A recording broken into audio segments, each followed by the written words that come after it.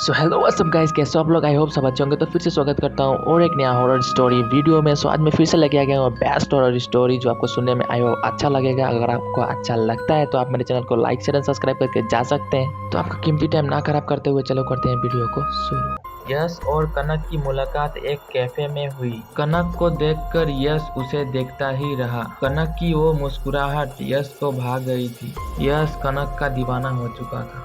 अगले कई दिनों तक यश उसी कॉफी शॉप में जाता रहा, बस कनक को देखने के लिए। एक दिन यश ने मन बना ही लिया और सीधा कनक के सामने जाकर बैठ गया। फिर कनक ने बोला हेलो, तो यश ने बोला हाय। कनक ने कहा मैं जानती हूँ तुम यश हो और एक आईटी कंपनी में काम करते हो। पिछले कुछ दिनों से मेरा पीछा भी कर रहे हो। यश ने पूछा तुम्हें ये सब कैसे पता चला।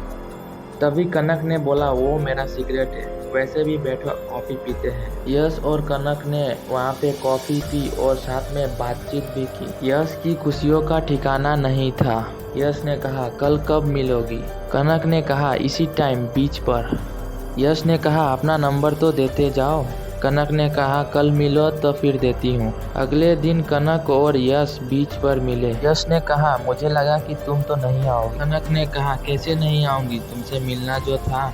यश यही सोचकर खुश था कि कनक उससे मिलने के लिए आई थी। उन दोनों ने काफी समय साथ बिताया और जब शाम के 6:30 बज गए तो कनक के मोबाइल में अलार्म बजा। तभी कनक ने बोला मुझे अब जाना होगा। यश ने बोला इतनी जल्दी। कनक ने कहा हाँ, मेरे फैमिली बहुत ही स्ट्रिक्ट है, मेरा बड़ा भाई है, चलो मैं अब चलती हूँ। बस इतना बोलकर कनक वहाँ से चली गई। अगले दिन वो दोनों फिर उसी कैफे में मिले और फिर शाम के 6:30 बजे अलार्म बजा और कनक वहाँ से फिर निकल गई। यश को ये बात बहुत ही अजीब लगने लगी। इसके बाद जब यश और कनक पार्क में मिले और जब 6:30 बजे कनक का अलार्म बजा तो यश ने कनक से कहा, तभी यश ने कहा अरे तुम अपने भैया को झूठ बोल दो कि तुम अपने सहेली के शादी में हो। कनक ने कहा नहीं, मैं ये नहीं कर सकती क्योंकि मेरे भैया यहाँ पे आ जाएंगे और सब कुछ गड़बड़ हो जाएगा। इतना बोलकर कनक वहाँ से भाग गई। कनक के बर्थडे पर यश ने आधी रात को उसके घर गया। यश ने घंटी बजाई, दरवाजा खुला और वहाँ कनक जैसी देखने वाली एक लड़की खड़ी थी। लड़की के कपड़े और उसके चाल ढाल बदली हुई लग रही थी। यश ने लड़की को कनक समझकर बोला हैप्पी बर्थडे कनक। लड़की ने कहा ये मैं कनक नहीं हूँ। यश ने कहा मजाक कर रही हो। लड़की ने फिर से कहा बोला ना मैं कनक नहीं हूँ। तभी यश ने बोला अच्छा ठीक है, चलो मुझे एक हक तो दो। यश ने कनक को हक करने की कोशिश की लेकिन लड़की ने बहुत जोर से तमाचा मारा। फिर से लड़की ने कहा तुम्हें कितनी बार बोलूं मैं कनक नहीं हूँ, मैं उसका बाराती हूँ कबीराज। उसका बदला हुआ भाव देखकर यश पूरा ही घबरा गया। लड़की ने कहा मैं जानता हूँ तू मेरी बहन से प्यार करता है और वो भी तुझसे प्यार करती है, पर तुम दोनों कभी एक नहीं हो सकते, कभी नहीं।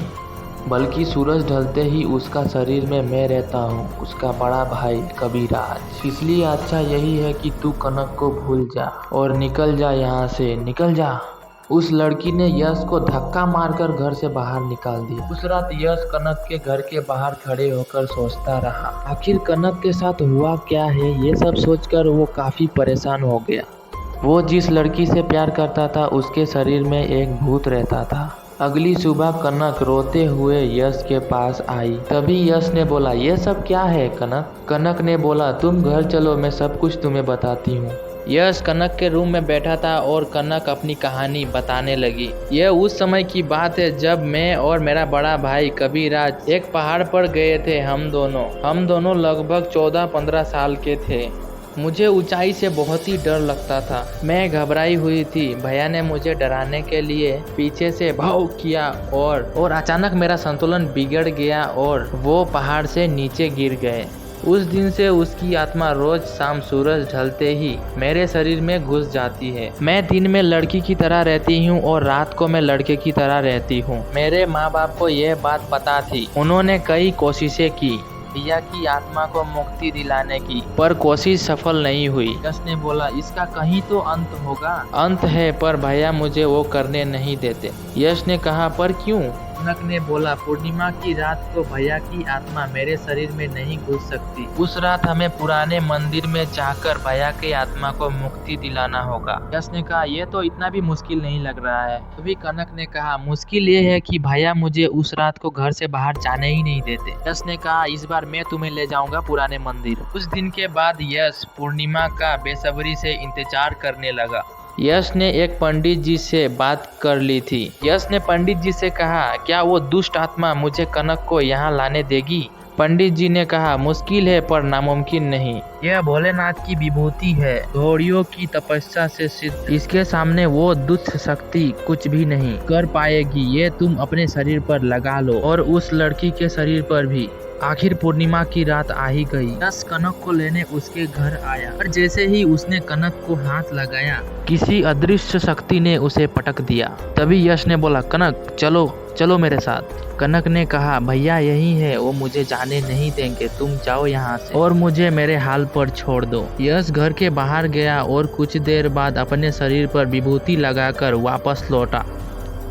यश ने विभूति कनक के माथे पर भी लगा दी। भी यश ने कहा, मुझे पता था कुछ ऐसा भी होगा, इसलिए मैंने पहले से ही इसका इंतजाम कर लिया था। यश ने कनक को कार में बैठाया और कार चलाने लगा। कार के मिरर से कनक को काली शक्ति दिखाई दे रही थी। तभी कनक ने कहा, भैया हमारा पीछा कर रहे हैं। तभी यश ने कहा, घबराओ मत, वो हमारा कुछ नहीं कर सकते। वो दोनों पुराने मंदिर पहुंच गए और पंडित जी ने दोनों को एक घेरे में बैठा दिया। जैसे जैसे पंडित जी मंत्र पढ़े जा रहे थे, काली शक्ति वहां आसपास घूमने लगी। काली शक्ति ने एक रूप ले लिया। काली शक्ति ने कहा, कनक तुम मुझे मारना चाहती हो? कनक ने रोते हुए बोला, नहीं भैया। तभी पंडित जी ने कहा, कनक तुम उसकी बातों पर ध्यान मत दो, वो तुम्हें बहला रहा है। पंडित मंत्र पढ़ता गया और कबीरराज की आत्मा तड़पती गई और कनक रो रही थी। आखिर पंडित ने कबीरराज की आत्मा को मुक्ति दिला ही दिया, पर कनक अभी भी रोई जा रही थी। यश ने उसे संभाला। यश ने कहा, तुम्हारा भैया अभी वहाँ चले गए जहाँ उन्हें होना चाहिए था। उस दिन के बाद कनक के शरीर में कबीरराज कभी भी नहीं आया और फिर कनक और यश ने शादी कर ली और फिर वो दोनों हमेशा खुशी खुशी रहने लगे। तो दोस्तों, आप लोगों को ये कहानी कैसी लगी आप लोग कमेंट करके हमें बता सकते हैं, क्योंकि आप लोगों का कमेंट का इंतजार रहता है। अगर आप लोगों को ऐसी हॉरर स्टोरी सुनना पसंद है तो आप मेरे चैनल को सब्सक्राइब करके जा सकते हैं। तो फिर से मिलते हैं आप लोगों से नेक्स्ट वीडियो में, तब तक के लिए बाय बाय, जय हिंद, वंदे मातरम, टेक केयर।